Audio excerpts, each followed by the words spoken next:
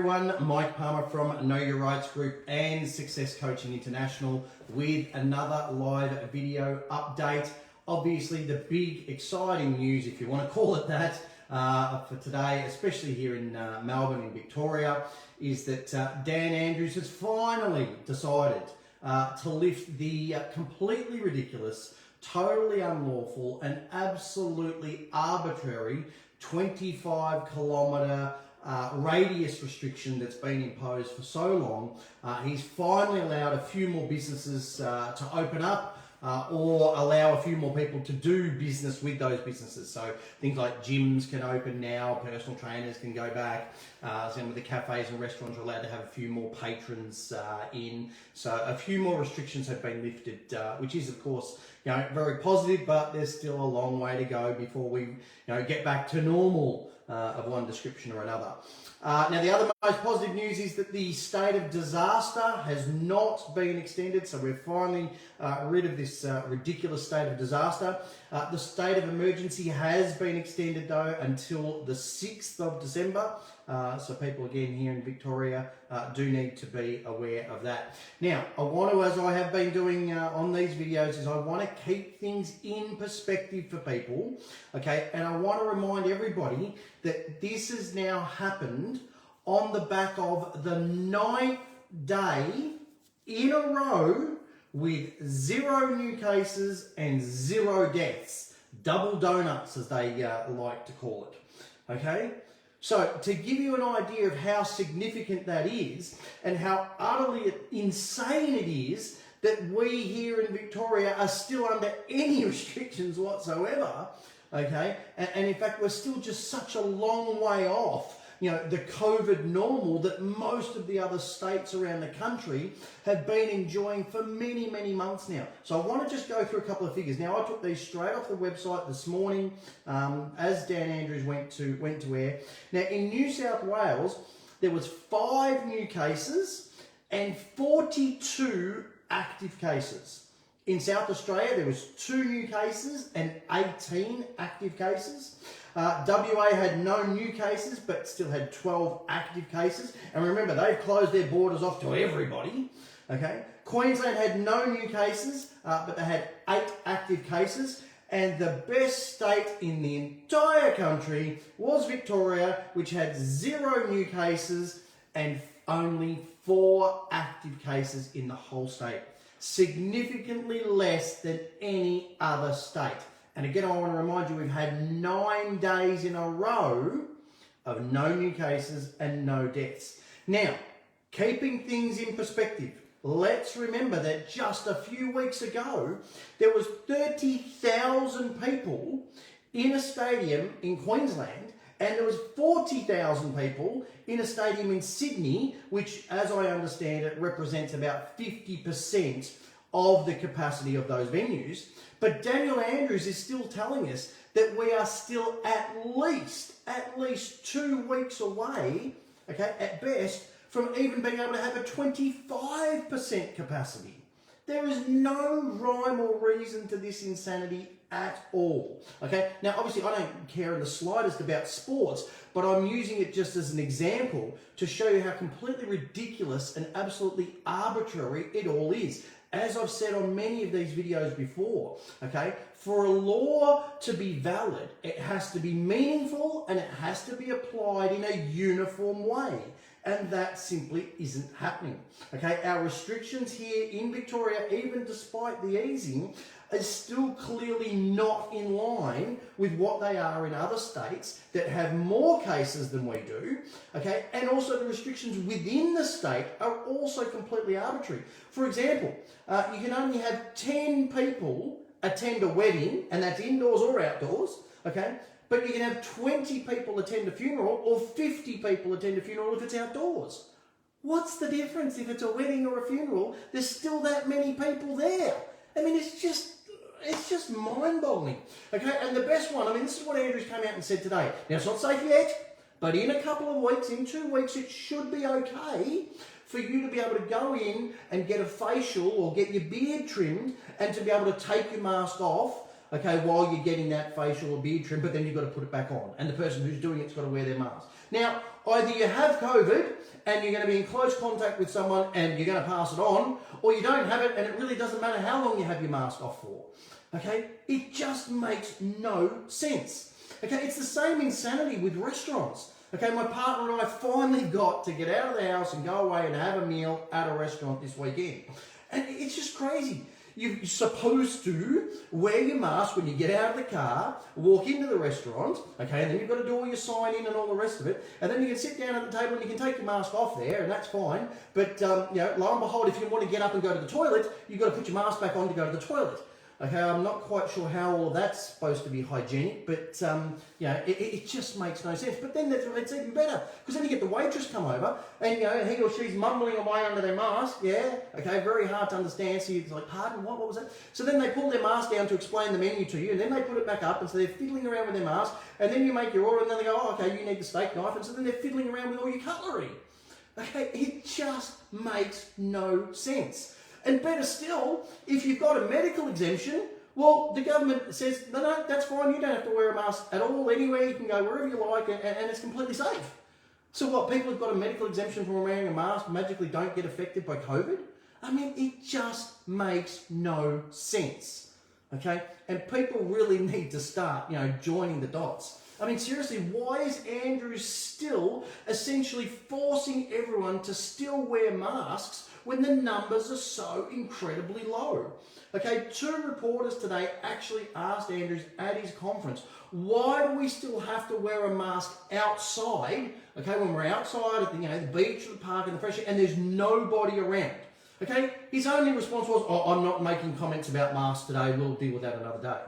I mean, it's just ludicrous. Absolutely, of course, by all means, if there's close contact or in shopping centres, yeah, sure, if that's what people think is best. But out in the big wide open doors when there's no one around, it just makes no sense. Now, again, we've added another, very important article to our vaccinations page.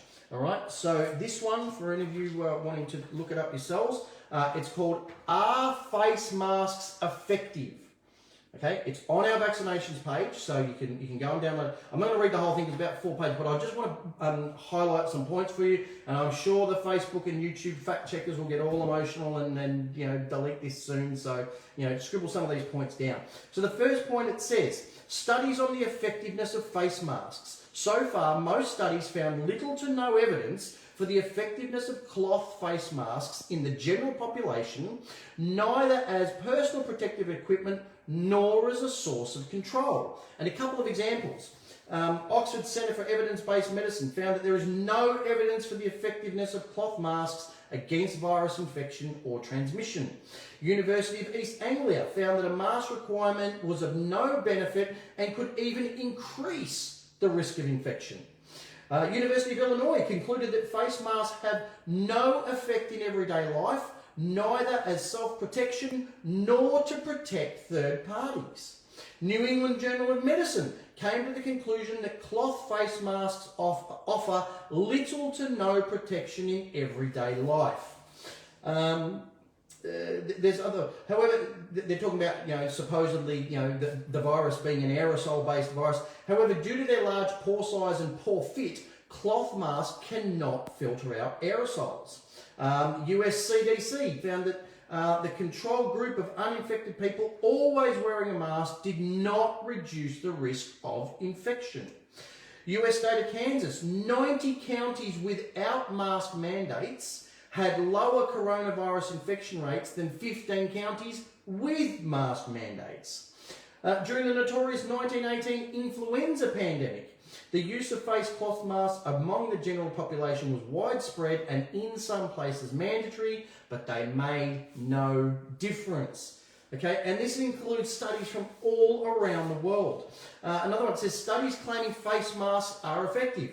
Some recent studies argued that cloth face masks are indeed effective against the new coronavirus and could at least prevent the infection of other people. However, most of these studies suffered from poor methodology and sometimes show the opposite of what they claim. Okay, and it goes through a whole list of these studies that actually show the opposite of what they claim. risks associated with face masks. This is very important. People need to be aware of this. Wearing masks for a prolonged period of time is not harmless, as the following evidence shows. The World Health Organization, who's supposedly the head of all of this, warns of various side effects such as difficulty breathing and skin rashes. The University Hospital of Leipzig in Germany have shown that face masks significantly reduce the resilience and performance of healthy adults. A German psychological study with 1,000 participants found severe psychological consequences due to the introduction of mandatory face masks in Germany. So as I said, these are literally from all over the world. Please make sure you have a look. And this is the conclusion, very simple. Cloth masks in the general population might be effective, at least in some circumstances, but there is currently little to no evidence supporting this proposition. If the SARS-2 virus is indeed transmitted via indoor aerosols, cloth masks are unlikely to be protective. Health authorities should therefore not assume or suggest that cloth face masks will reduce the rate of risk for infection. Okay, so again, that's been uploaded to everybody. You can access it for free. You don't need to be a member. Just go to our vaccinations page, okay, and we put a new section there, a new subheading, and it says issues with masks and how to deal with them. And you'll find that article there. You'll also find a whole bunch of other articles that we urge you all to please download and read and make a decision for yourself whether wearing one of these, lovely little pathetic paper surgical masks day in and day out is really, honestly, the best thing for your health. And again, please, if the only reason that you're wearing one of those masks, okay, is that you're worried about getting a fine, please put that as far away from your mind as possible. Grab the Aussie Speeding Fines book. There's a link in the description. Go straight to chapter 3. Have a look through that 3-step process. All the letters, as I've said, people have seen it before, but people say, oh, don't say that everyone's seen it before, Mike, because some people are new to your videos. Okay, well, there's one of the sample letters that's included in the book. It's all pre-written for you. You just cut and paste your details in, and you just add in some of the additional arguments that we've covered on some of these videos, and you will very quickly see why any of those mask fines are going to be very, very quickly, simply eradicated. Very, very easy to challenge. So the one thing though that was very concerning about Daniel Andrews' announcement today was that despite the 9 days straight of 0 new cases, okay, and zero deaths, he made it very clear, okay, that keeping the numbers low and manageable, which of course is what we're doing at the moment, was one thing, but that was completely separate to having a vaccine. He also said that he was hopeful that that would arrive next year. Now, I said this on the last video, on Thursday night's video. If you missed that, please go back and watch it, okay? And I explained very clearly, if we've had 0 new cases for 9 days, and anyone who even does get the virus has a 99 point something, % chance of survival, why on earth are they pushing to vaccinate everybody next year? Okay, so again, I urge you all, as I did on the last video, don't leave it until the last minute. Don't leave it till it's too late. Don't leave it until there is some kind of vaccination bill on the table of Parliament. Get in now, okay? Go straight to bonus chapter 1, the mandatory vaccination chapter in our ebook. Again, there's a link in the description, wherever that is. Okay, download that My Will letter and just amend it slightly and send that clear message to all members of Parliament right now, okay, that Aussies will not stand for any forced, coerced, mandatory vaccination of any kind. Okay, least of all those that have been rushed through without any long-term health studies. Okay, and certainly not for a virus that's got a 99 point something % survival rate. Okay, we the people need to express our will to our members of Parliament so that our members of Parliament can express our will as our representatives on the floor of Parliament. But you need to take that step and you need to express your will in writing to those members of Parliament first and foremost. Now, I even heard something really crazy today, that they might be considering approving a vaccine even if it only has a 50% success rate. So, I mean, that's how crazy it all is. All right, now I'm going to just finish off tonight with just a reminder, anyone who's missed some of the posts, I'm actually going to be speaking at the Paradigm Shift Summit on the Gold Coast next weekend. That's the 14th and 15th of November. Please be sure to visit paradigmshift.com.au. Again, there's a link wherever it is, up, down, sideways, in the description. Click on that to secure your tickets. You can attend in person or online if you're not going to be around the Gold Coast. And all the details of that incredible event, including the great lineup of other speakers that will be speaking there, is all available on that website.